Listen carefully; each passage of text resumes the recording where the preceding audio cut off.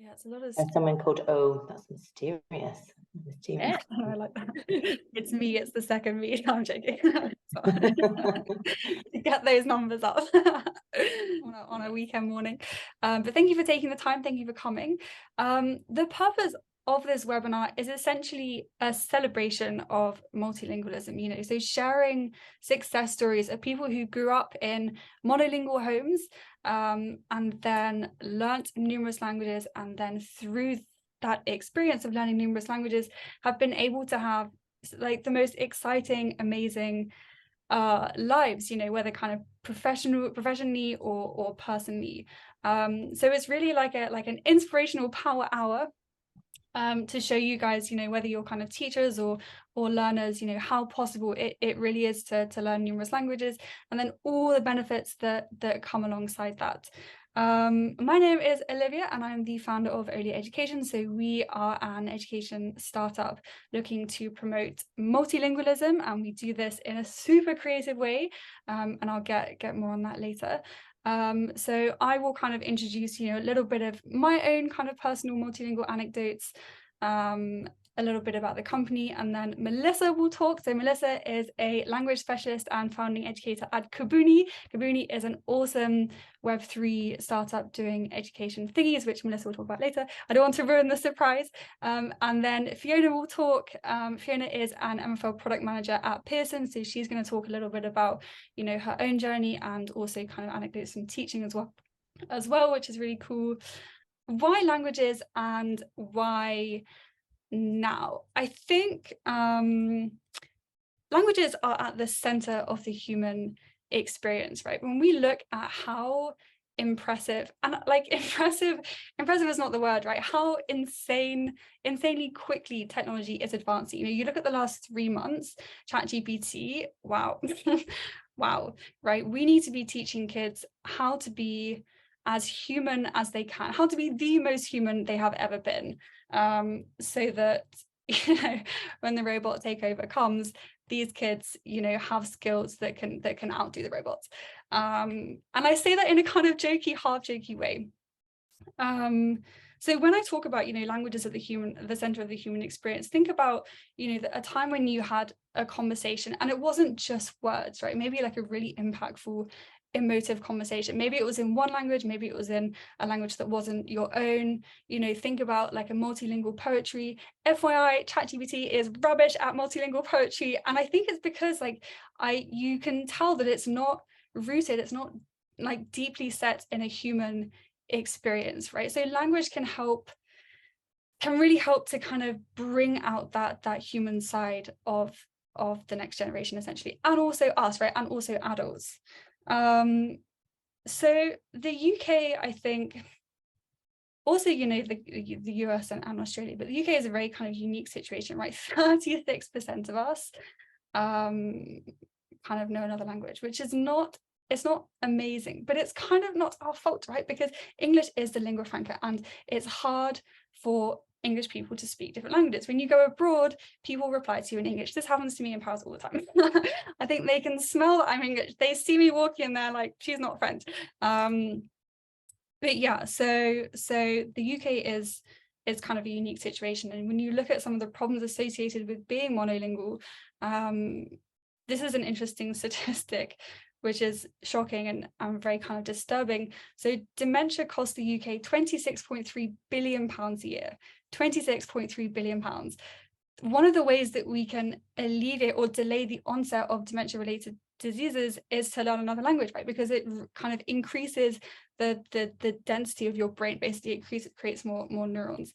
So that's, I think that's a pretty interesting topic in itself. I think we could do a whole webinar on that, but we won't today. So 21st century competitiveness, for UK kids, I think monolingualism is essential, right? Like it's no longer an excuse. It's no longer possible for UK kids to remain monolingual. You know, when you look at their European counterparts, okay, French kids, you know, like English learning in France has its own problems, but they do learn French and English, right? When you look at other places like Luxembourg, five languages straight out the womb, right? Like, you know, places like China, you know, a lot of my students, for example, English, Chinese, fluent, and a dialect, and they're also interested in, you know, now European languages. So UK kids, and I don't want to like squeeze the living fear of, you know, the fear of daylight into them, but like this is now kind of an emergency. So yeah, so I think that's where approaching language learning through a different lens is really important, right? Like I was an English teenager once upon a time, and I did not like languages always. I didn't always like them. Wasn't the best at them either, right? So I think learning languages, creating a different approach for teenagers nowadays is really fundamental. Basically, it's so important. So the lens that we are proposing, the lens that Olea Education is proposing, is creative. It's, you know, we look at things like manifesting, and we look at things like energy, right? So it's kind of spiritual. Why creativity? Because when a learner is creative, when you encourage language learners to get creative, you can help their confidence, right? Because when you're creative, no one can tell you that's right, that's wrong, you know. And I think, to give an example, so I live in Paris because I wanted to get my French back, and because I always wanted to live here, you know. From the age of 17, I was like, I want to live in Paris, and I had this very blurry vision of this is before Emily in Paris again, like this very blurry vision of me kind of walking about doing like something businessy in Paris, but I couldn't see that. But, you know, since kind of 10 years, that was always the ultimate goal. And when I got here, my French was very, very rusty. And so, you know, I think getting creative with the language helped to ease me back in, because it helped to kind of make me a bit more confident.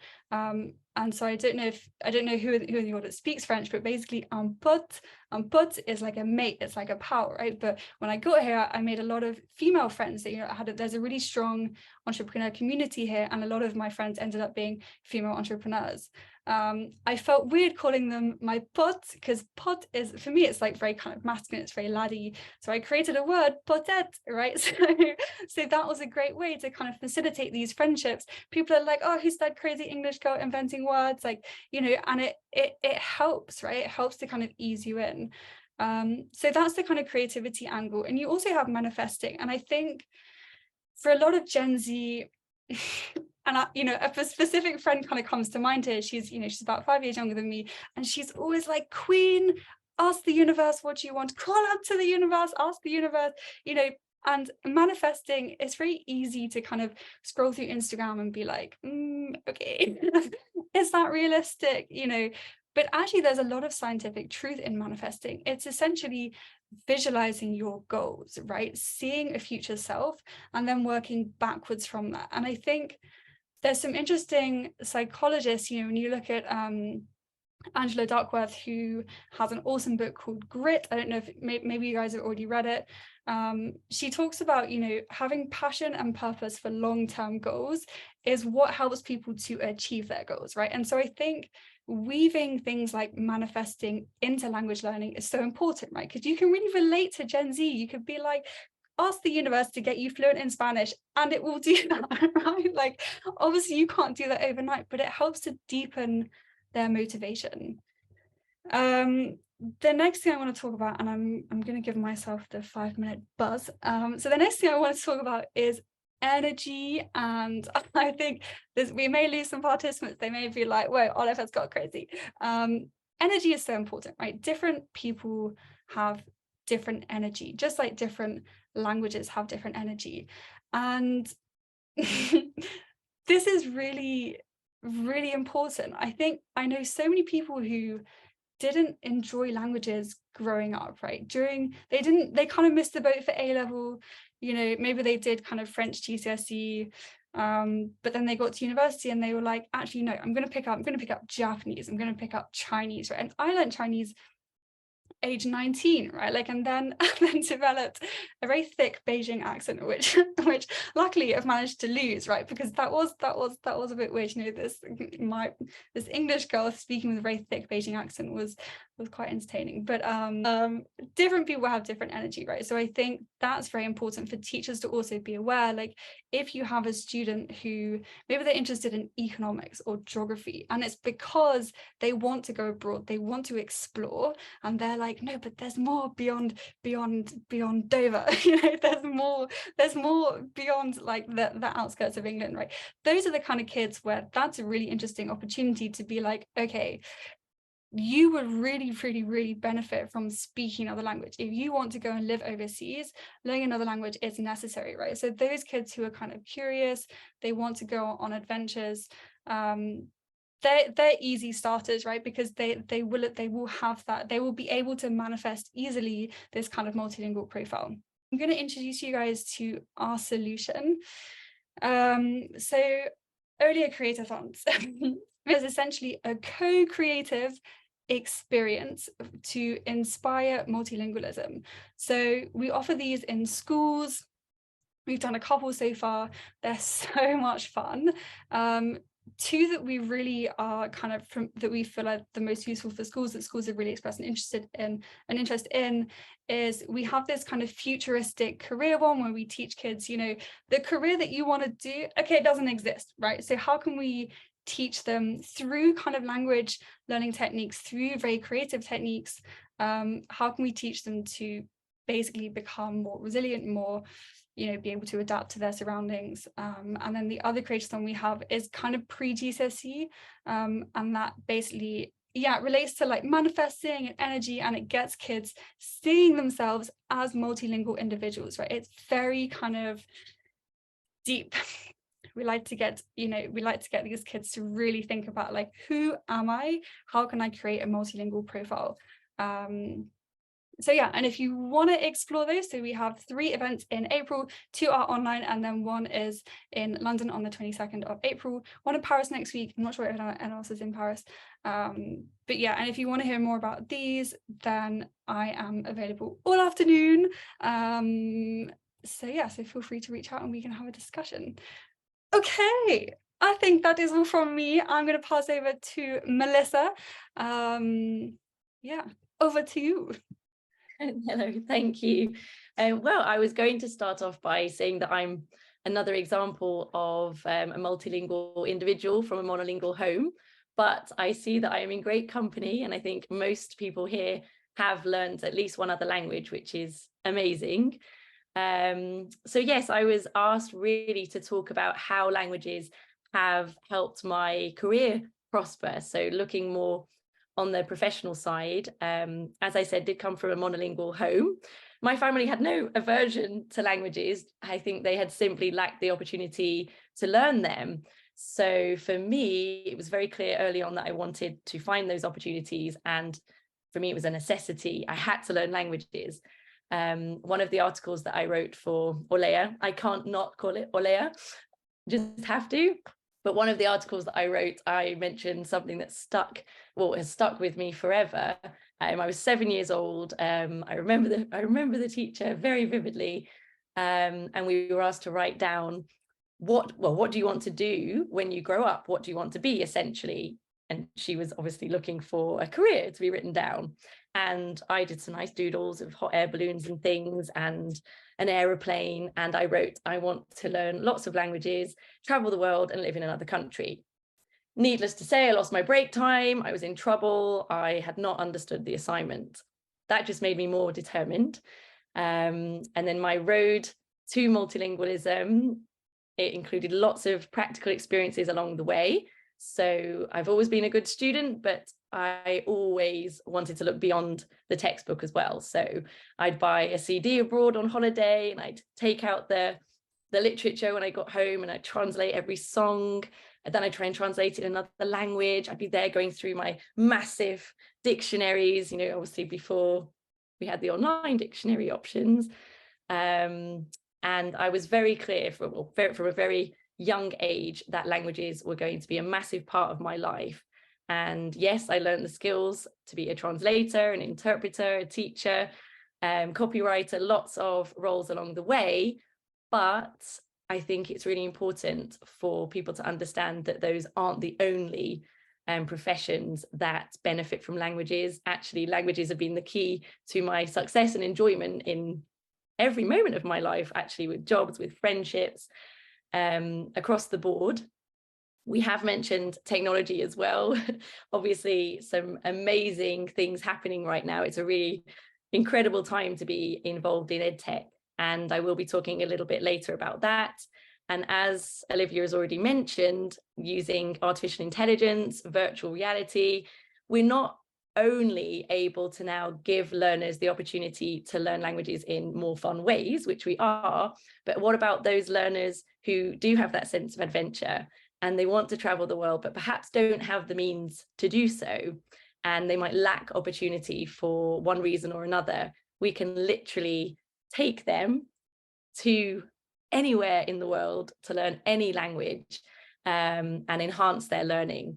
So it's not about just replacing traditional education, not at all. In fact, something I was talking to Fiona about, we're making books cool again and making language courses and exams not feel like just that, working to an exam, but actually learning a language to learn about different countries, the geography, the culture, the history, the cooking, the films, everything.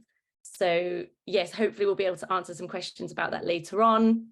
Web3, extremely safe environment for our learners, heightened security, the fact that we're able to cater for so many more learners than we currently can. We're obviously moving into a new space. Immersive experiences just increase engagement and retainment on a massive scale.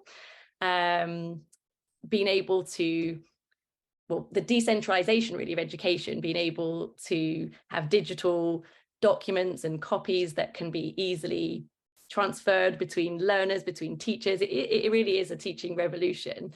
We're going to have content NFT creators, learning to earn, a whole new concept. So again, I will come back to that later, and I think I'll pass over to Fiona.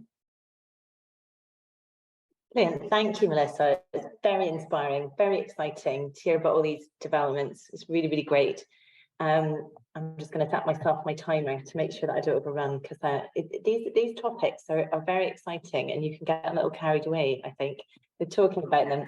So yeah, I was going to start in a few different languages, not very many, but we'll start as we mean to continue. So hola, hello, salut, hi. So those are the 4 main languages that I use in my personal working life every day, which I feel really privileged to be able to do. And I'm just going to talk to you really about my personal experiences as a learner and as a teacher, and hopefully some of those will chime with you. And regardless of your experience, you'll think, oh yes, I've experienced that, or I would like to experience that.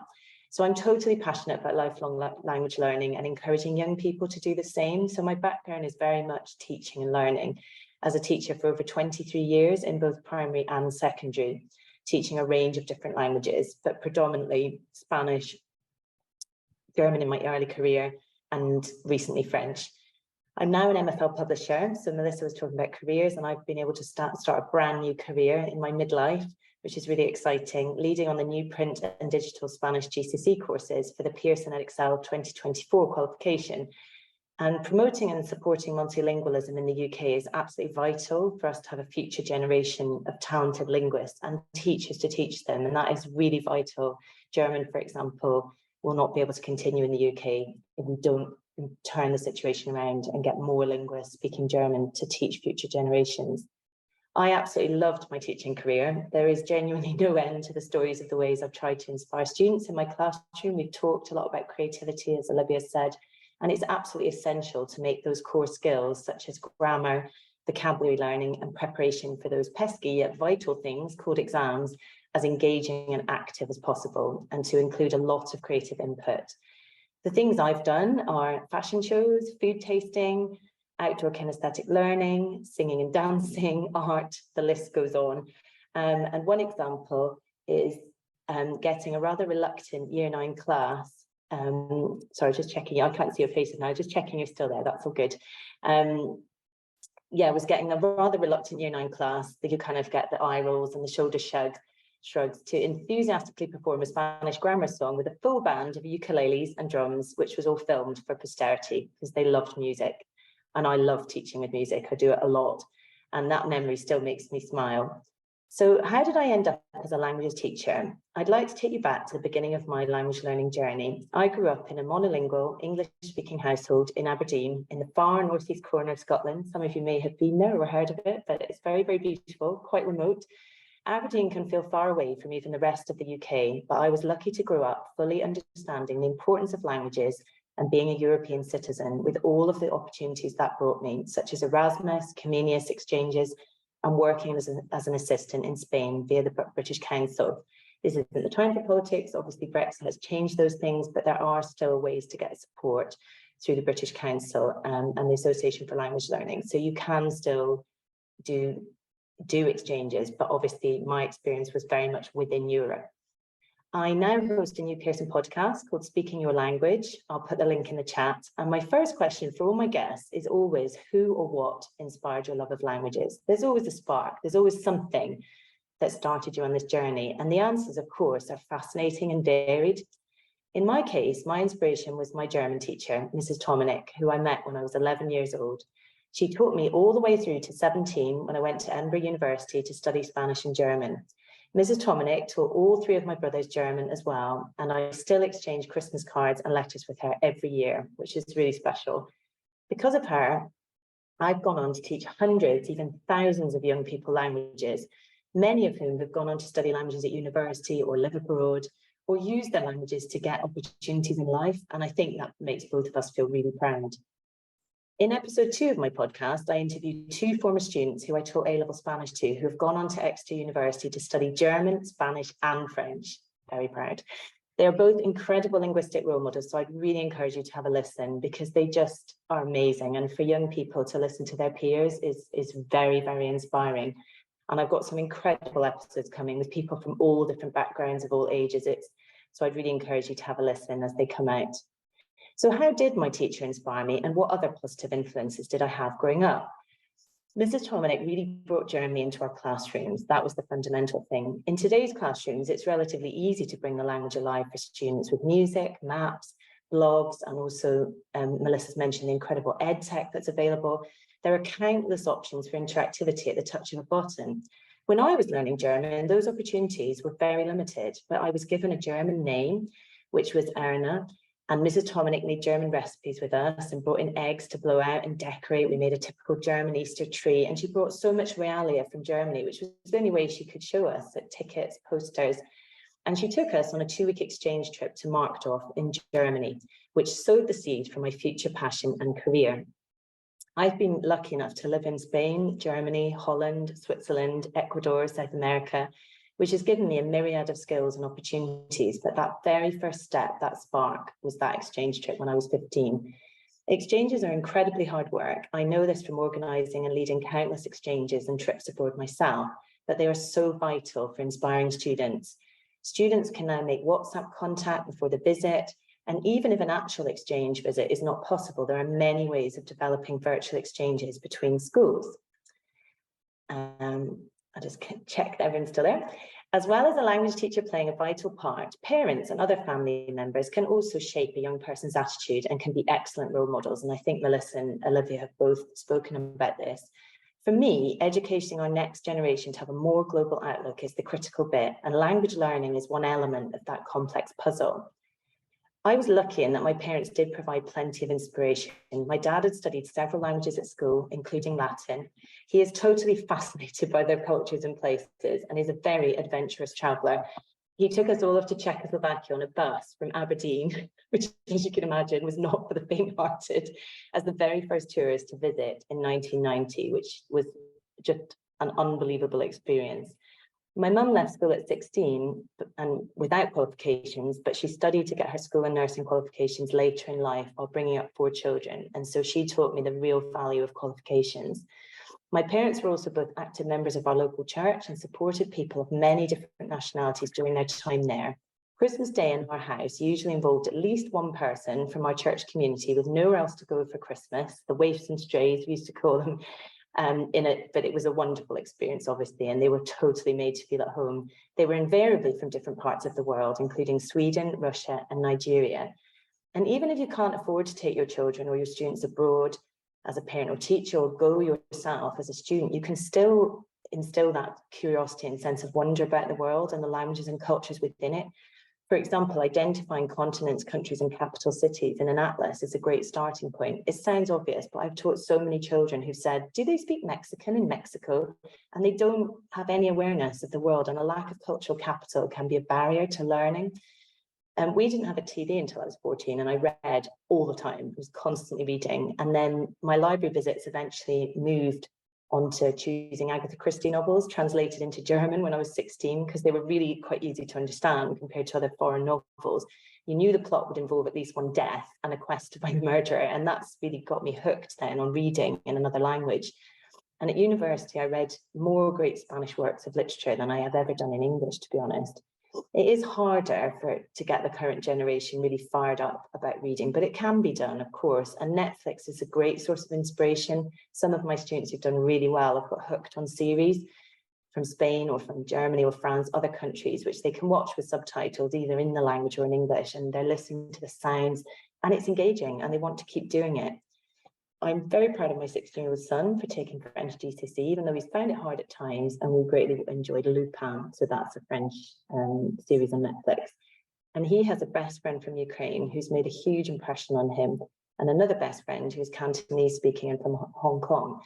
And Callum's helped him with his English, and he's helped him with his maths, Callum's maths. And so those language barriers have not impacted a deep connection and friendship. And it's really important that students are open to friendships from all over the world. Just a little bit more about myself, and then I will finish off. So when my older two children were little, I used to do Saturday morning Spanish classes with them using my own nursery and primary teaching resources. I had a La Jolie Juan franchise, and they loved the songs and the stories and puppets. But then when baby 3 came along, the energy and time for that was gone. And they often complain that I should have continued with their Spanish lessons, but I still think that early exposure makes a difference. And I think no matter what you can do as a learner or as a parent or as a teacher, it's something, and you can't beat yourself up about it. It's not always as much as you'd like to do.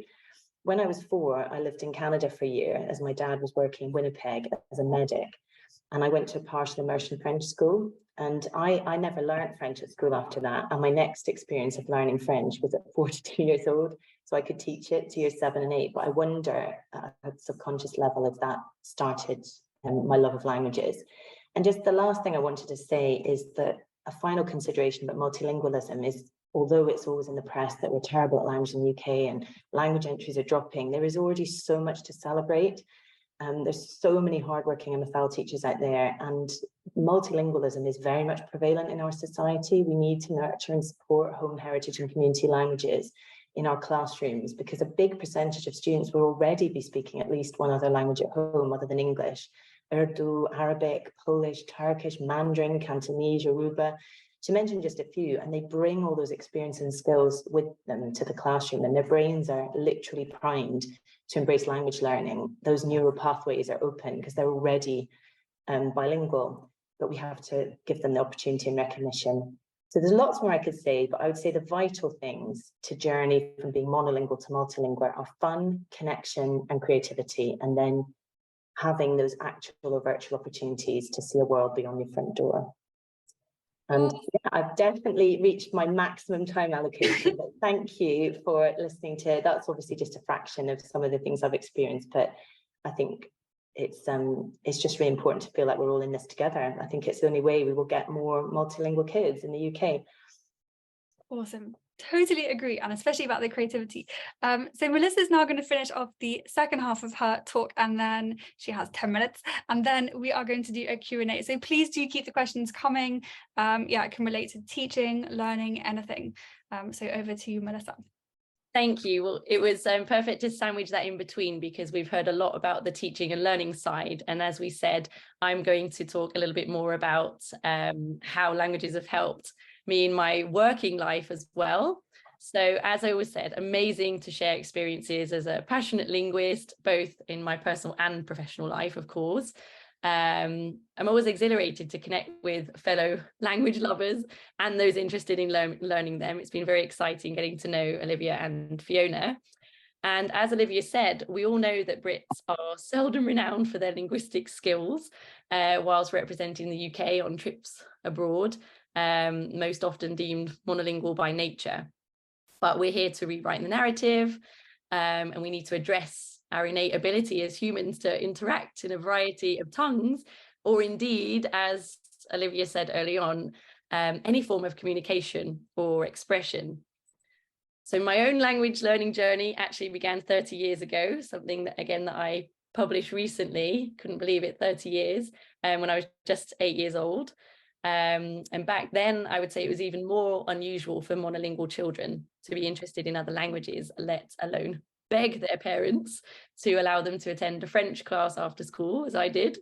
I remember seeing Madame Gibson. She had an amazing, colourful poster, and I just had to learn French.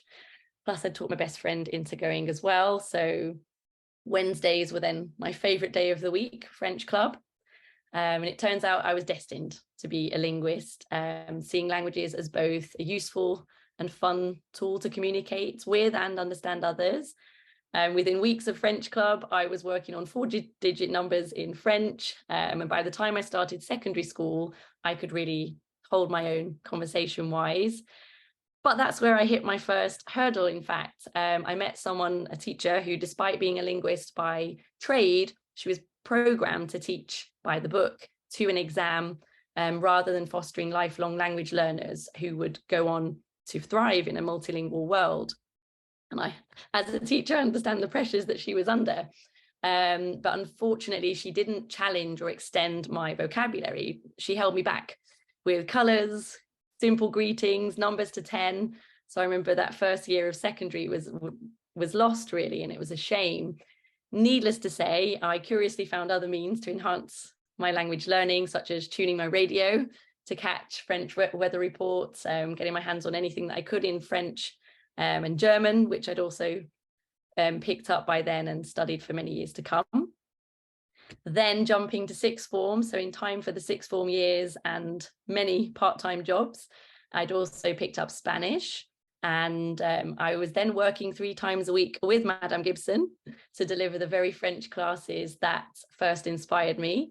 And I was getting a name for myself on the shop floor, retail jobs that I was doing for some pocket money. Foreign tourists were always redirected to Mellie's till. They used to say, she's the one with all the languages. Even if it was a language I didn't speak, send them to Mellie.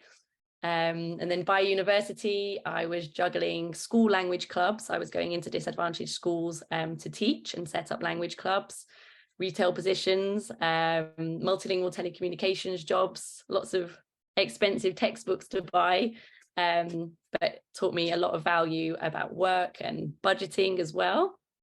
But one factor always remained. It was my language skills. They were the key to excel and to enjoy my experience to the max.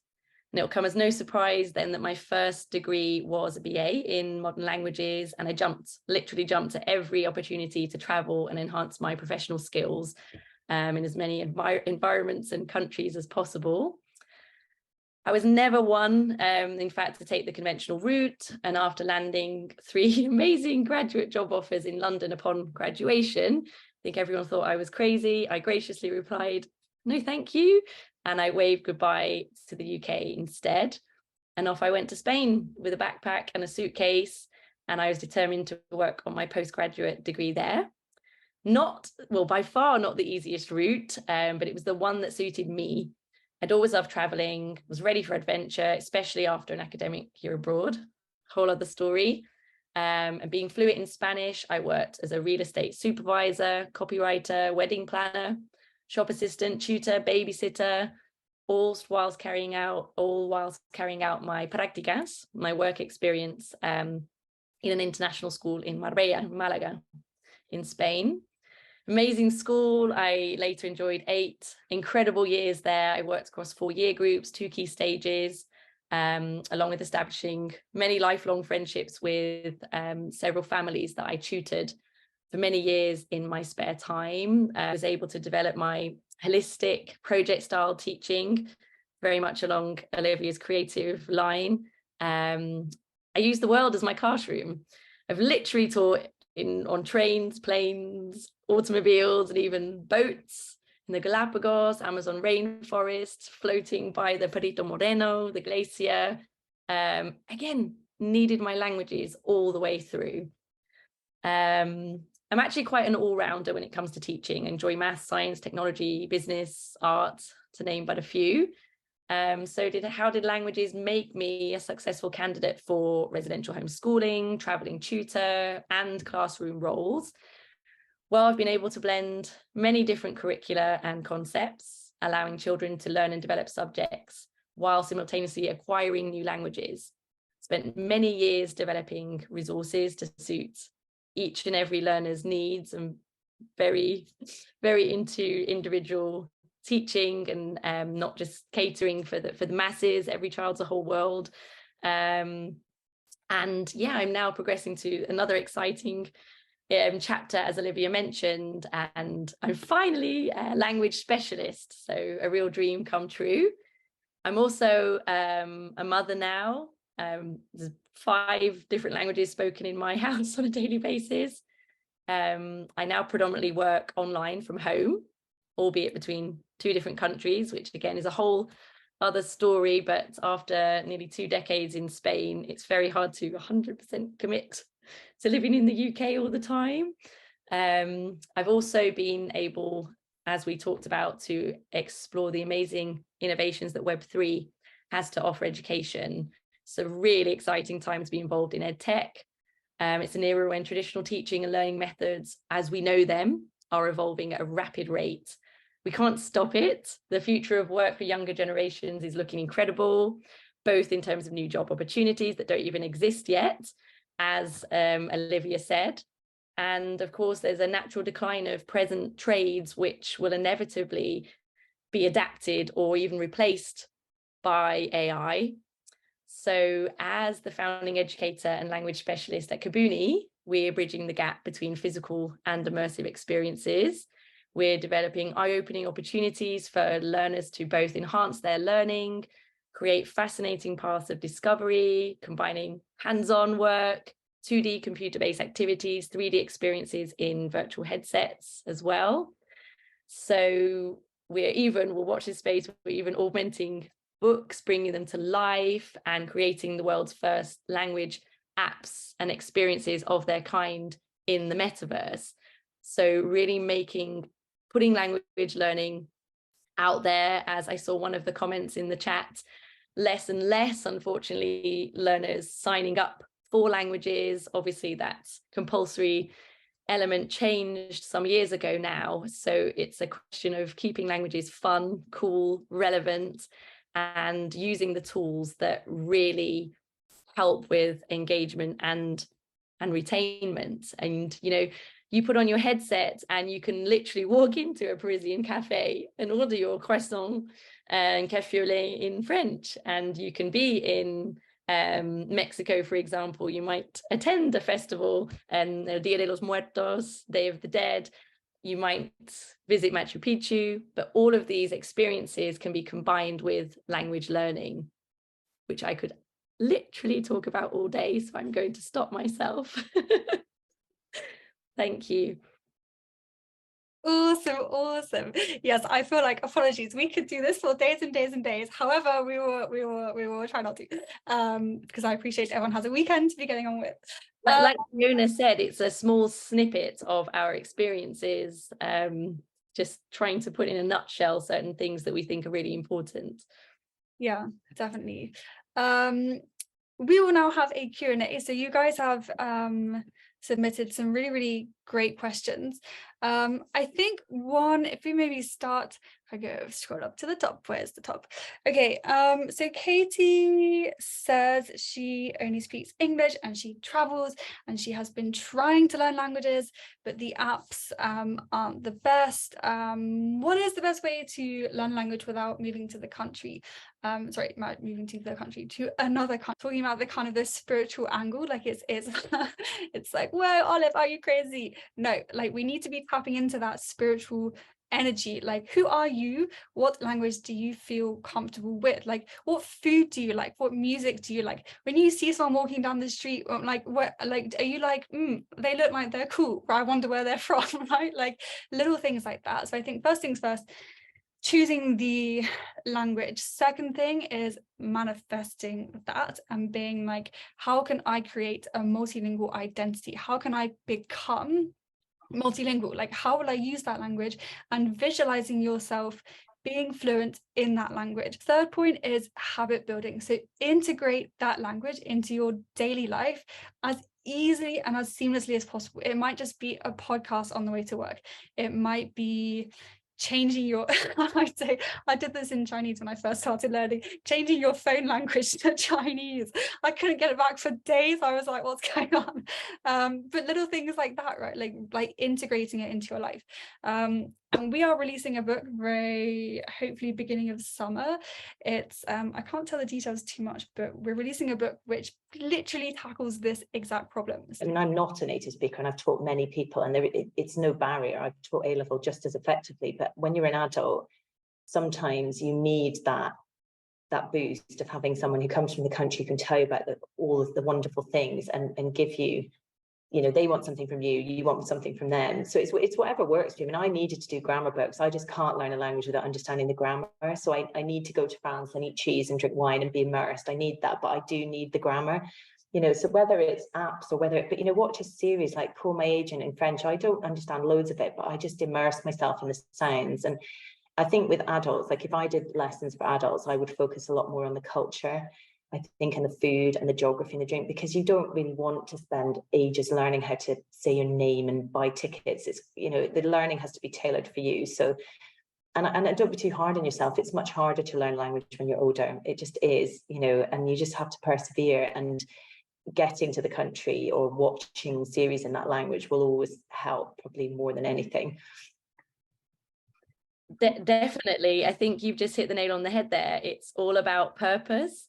What are you learning the language for? So as Fiona said, she was having to learn French as an adult in order to be able to teach. So of course she had to have a super high degree of accuracy for her grammar. But if it is for holidays and enjoying the cheese and the wine, as you said, obviously you've got a complete different focus. It might be learning a language for business, it might be for a medical translation. It always depends on the purpose. Adults, actually, sometimes allow yourself to be a child again and try and read children's books in another Harry language. Potter. Harry Potter's a good one. I've read Harry Potter in French, English and Spanish. I have them all, and because you already know the story. Yeah, I'll never forget being in France. I was actually, you know, living in France. I was at university in France at the time, and picked up Harry Potter and couldn't believe it. Baguette. Baguette is magic wand. And of course, you don't need to go and find your dictionary, because the context tells you what that word means. Never knew that was magic wand as well as baguette. So establishing your purpose, not putting too much pressure on yourself. As we've all said, it's not as easy as an adult. Big difference between language learning and language acquisition, where you actually reach a native level, you're dreaming in the language, you're understanding the humor.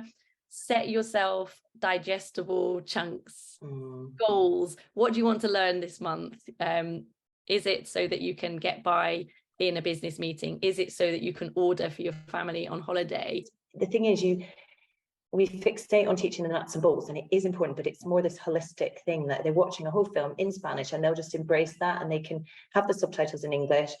And I think as well, like if they're interested in adventure and mystery stories, remember you can find them things in English about adventures and mysteries set in other countries.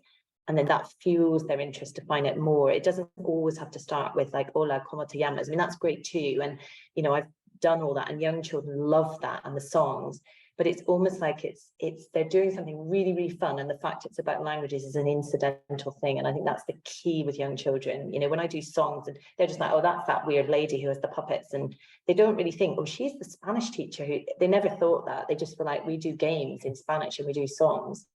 But I think with your children, it's just that very holistic, showing them this world out there and modeling for them. Oh, I'm watching this series in French. It's not appropriate for you now, but I love it because I can enjoy it and have subtitles in English. It's that really, it's the role modeling, I think.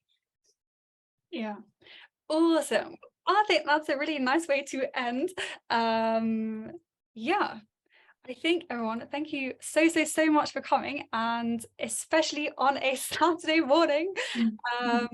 Yeah, so as I said, you know, go on to Eventbrite. We have a couple of Olea Creatorthons. The one on the 8th is where you can invent your own language. This is great. Actually, like if you are monolingual and you're like, oh, I don't quite know how to go about learning another language, this is like a great way to kind of create and explore. And the one on the 16th is about manifesting a multilingual self. Very exciting, very creative. And then obviously the London launch, which is very big. Yeah, thank you so much for coming. As I said, I'm available for most of the rest of the day. I will be venturing out into the bins of Paris later, but yes, and thank you so much to Melissa and Fiona for joining. Thank you so much for your time and for your insights.